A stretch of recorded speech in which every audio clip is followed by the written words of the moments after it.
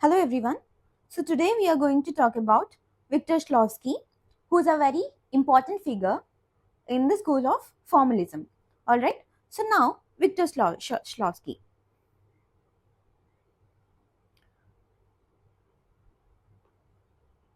So if you observe the previous video which I made on the school of formalism, the school of formalism emerged in the 1910s to 1920s. It is emerged even before new criticism. So it kind of acted as a theory that which new criticism developed upon. All right. So now Viktor Shklovsky is a central figure of Russian formalism. He was influenced by the movement of Russian futurism. What is the movement of Russian futurism? It's a movement sought to break away from conventional forms, norms in art and literature, which are traditional forms, which are traditional norms, which are used in the art and literature aspect. This particular movement, Russian formalism, is a break from the conventional forms. All right. So, as he observed the particular movement called Russian futurism, this observation led him to conclude that new literary production inherently involves a series of deliberate self conscious deviations from the poetic norms of preceding genres and literary movements. What does this mean? For example, he observed a particular movement called Russian futurism. All right, Russian futurism says that what are the conventional approaches to art and literature should be, we should break away from them. So if you break away from them, only then you can invent something. All right, inventing new forms. So this observation had led Viktor Shklovsky to conclude that a new literary production, it doesn't mean simply you are producing a new work of art, but it would be belonging to particularly completely different school. All right, it would be a new school of literature. For example, if the writers have followed conventionally written pieces, you wouldn't be finding new versions like the metaphysical poetry. Metaphysical poetry also breaks away from the conventional poetry, as it employs the use of far-reaching concepts. All right, although it is a relatively conventional concept for us now, but when it was written by them, by the writers of that particular period, no one has done it before them. So it means that our new literary production actually has to break away from the forms and norms that were used in the earlier times, so that a completely new poetic forms and genres can be produced. All right, so this insight is the cornerstone of Shklovsky's formalist theories. All right. So what is that approach? You should break away from the already existing concepts of how to approach a text. Only then you will be approaching it in a completely new way, so that you can produce new works of art and new schools of thought and new literary movements. All right, I think I have made myself particularly very clear. And this was influenced by a movement called Russian futurism, and Shklovsky was very influenced by that particular movement. All right, and now we'll move on to the books written by Shklovsky. The first book and very important book that you need to remember is The Theory of Prose, which was published in the year 1925. It is the most important work. It explores the nature of prose and discusses the techniques used by writers to achieve artistic effects.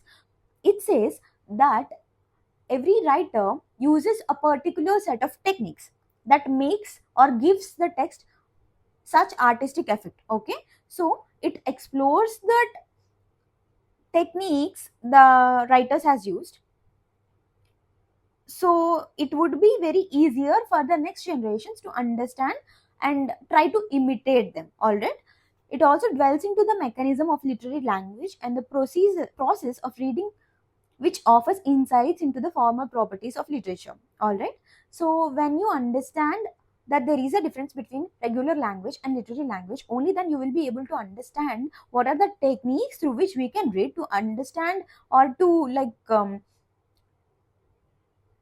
get the overall view of the text in much more enhanced way. All right, and the second book he has written is called Zili Bailey. Zilli Bailey observed the spelling, alright. It is also known as a sentimental journey. It's a collection of memoirs and essays which serves as a testament to Shklovsky's innovative approach to literary criticism. It is a collection of memoirs and essays, alright.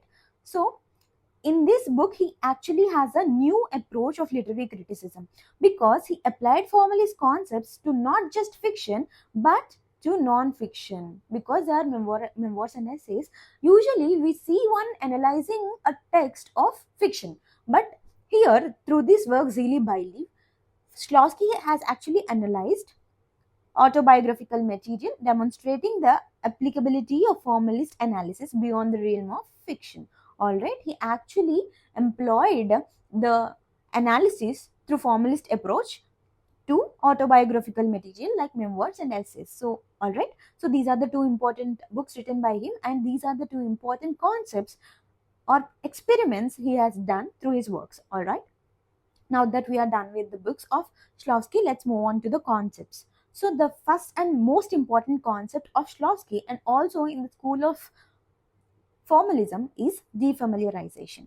It's very, very important, guys. When there is a question on defamiliarization, on which particular school that it belongs to, it is formalism. Okay, and who has given the concept of defamiliarization? It is Shklovsky, Victor Shklovsky. Alright, so the name itself says defamiliarization, which means you have to be moving away from familiarization, which is making something strange. Alright, it should not be familiar. What is not familiar? Strange is not familiar. Alright, it's very important concept given by Shklovsky. It's a device for presenting familiar objects as if they are unfamiliar. Alright, so when you are already familiarized with something, you use particular language to make it unfamiliar. Alright, so it is called, the process is called as defamiliarizing. So what does this mean? So in a poem, for example, you use a particular thing to describe it. Alright, for example, when we write about a thing called love, we use many metaphors to represent love, and we try to defamiliarize the idea of love so that it would be much more beautiful when you are trying to understand the idea that it is presenting. This technique aims to disrupt the habitual perception, which means it when you are used to look at certain thing in a certain way, this technique actually breaks that pattern, and it gives you a new idea or new perception overall towards that particular theory that you have already used to seeing. All right, thereby renewing our awareness of the world.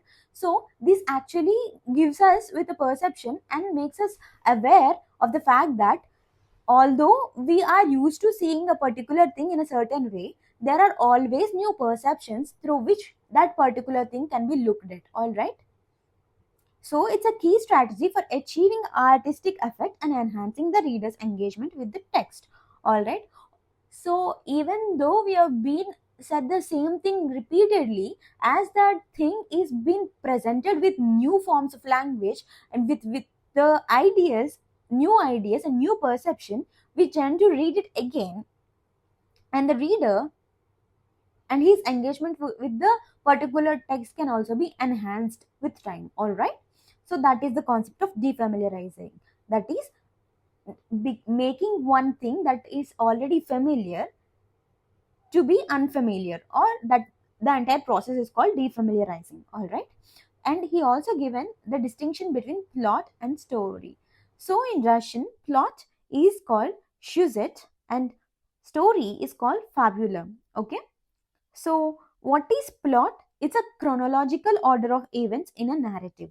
It's a chronological order, I mean, so the order in which the events takes place from the beginning till the end is the plot. Okay, it is a chronological sequence, and story is actually the order in which the narrative has been given to the reader.